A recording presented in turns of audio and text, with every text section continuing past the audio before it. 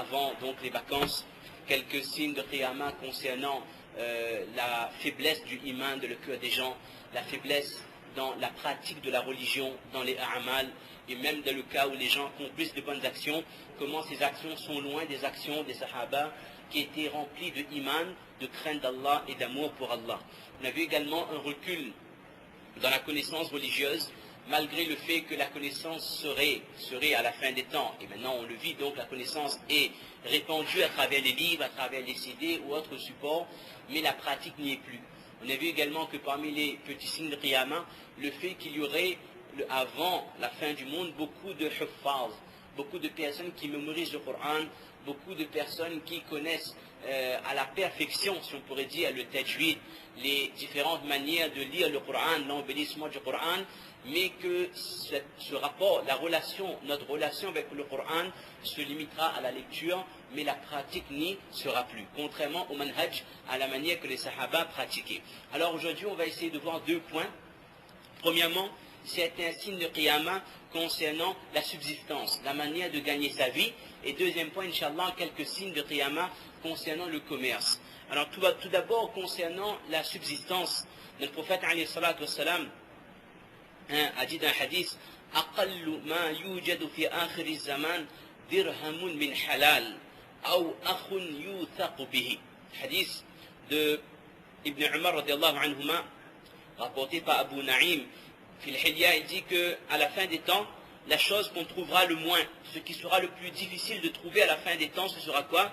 Ce sera un dirham halal, un euro halal, un dollar halal, que ce soit le umla, quelle que soit la monnaie, c'est-à-dire qu'une personne qui a un revenu entièrement halal. Ce revenu, il n'y a rien de douteux, il n'y a rien de haram bien sûr, il n'y a rien de douteux, il n'y a pas eu de volume de pression à travers l'effort qui a été fait pour obtenir cet argent. Les lois d'Allah n'ont pas été enfreintes pour obtenir cet argent, un argent qui est un revenu qui est halal à 100%. Ça, ce sera quelque chose d'extrêmement difficile à trouver avant la fin des temps. Et également, akhun yuthaqu bihi, de trouver un frère en qui on peut avoir confiance. Et quand on parle de frère, c'est général, c'est pas frère de sang, mais un frère musulman en qui vous pouvez avoir confiance. Et on va essayer d'expliquer ça.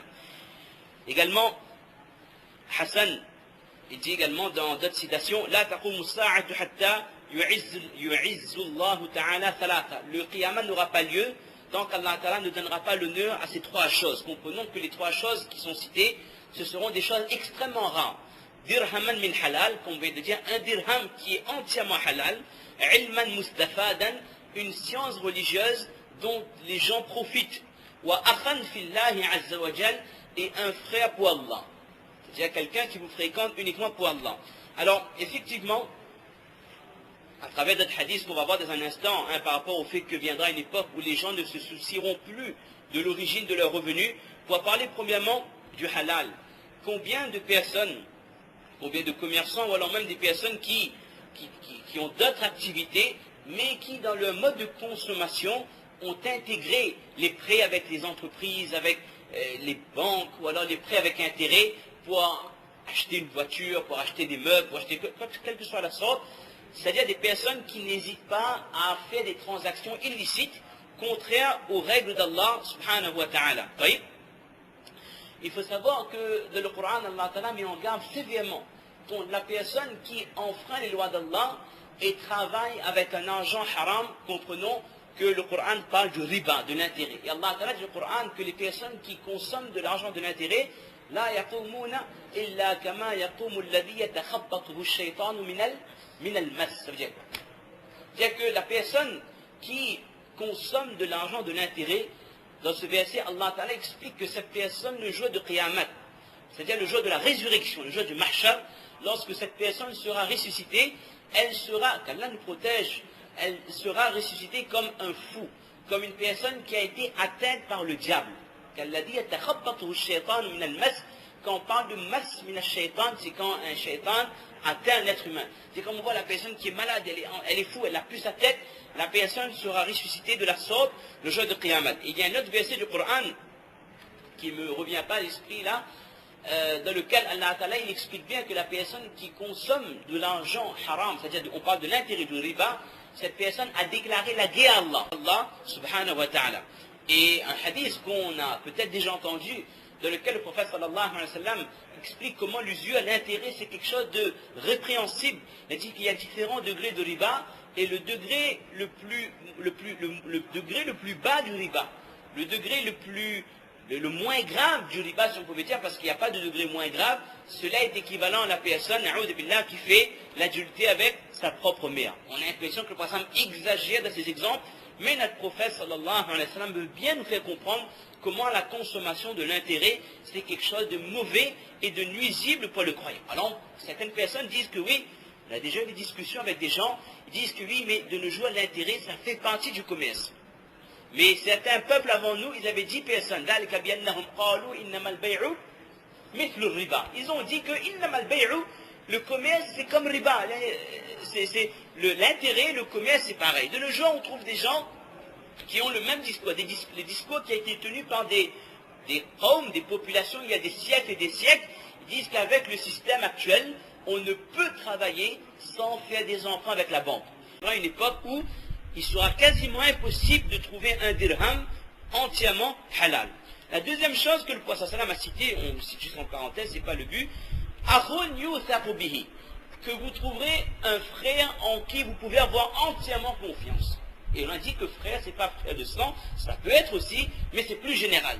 Un frère musulman en qui vous avez entièrement confiance. C'est-à-dire un ami qui vous fréquente, qui a muhabbat pour vous uniquement pour Allah. Et ça, c'est quelque chose d'énorme, ça. Et c'est quelque chose d'extrêmement rare. Une personne qui ne vous fréquente pas parce que vous avez les moyens. Une personne qui ne vous fréquente pas parce que vous pouvez lui procurer tel avantage. Une personne qui ne vous fréquente pas parce que vous avez tel poste et que s'il y a besoin de telle démarche, vous pourrez l'aider. Quelqu'un qui a muhabbat pour vous uniquement pour Allah. Si aujourd'hui vous êtes riche, demain vous êtes pauvre, cette personne continuera à vous fréquenter. Aujourd'hui vous êtes pauvre, demain vous êtes riche, ce muhabbat n'augmentera pas. Le muhabbat, c'est pas comme un CAC 40, ça ne monte pas aujourd'hui le matin, ça baisse ce soir, non, c'est uniquement pour Allah. Ce genre d'amis, ça c'est quelque chose de rare, effectivement, hein, ça c'est quelque chose qu'on peut, malheureusement c'est un constat, il n'existe presque plus d'amis vraiment sincères et fidèles qui ont ce réel degré de muhabbat. Également, un ami en qui vous pouvez compter, c'est quelqu'un qui ne sera jamais jaloux de vous. Quelqu'un qui ne sera pas jaloux lorsque vous aurez des bienfaits. C'est pas parce qu'il a eu telle promotion dans son travail ou il a tient le teneur, ou alors il a eu telle chose, que cette personne éprouvera de la jalousie à votre égard. Un ami sincère, c'est quelqu'un qui est content lorsque vous avez quelque chose de bien et qui est triste lorsque vous êtes affecté. Et ce genre d'ami sincère, réellement, de nos jours, on ne trouve plus. Et c'est quelqu'un également qui saura vous donner les bons conseils, tant dans le din que dans votre dunya. Quelqu'un qui vous donnera des conseils dans votre pratique de la religion, mais également dans tout ce qui concerne votre dunya. Ça, c'est quelque chose de rare, et à la fin des temps, ce genre de personne n'existera plus. Et la dernière chose que le prophète sallam a cité, c'est quoi? Dans ce riwayat, là aussi, rare, arrivera une époque où on ne trouvera presque plus les gens qui mettent réellement les sunnats en pratique. De nos jours, et ça c'est un constat dans toutes les populations, pas qu'à La Réunion, dans beaucoup de populations, les gens donnent plus d'importance aux héritages culturels plutôt qu'à la sunnat réelle. Il y a parfois des actions qui ont été transmises de génération en génération, on donne tellement d'importance à ça, et qu'on préfère faire passer ces actions avant même certains a'mal qui sont sunnah. Je vous donnerai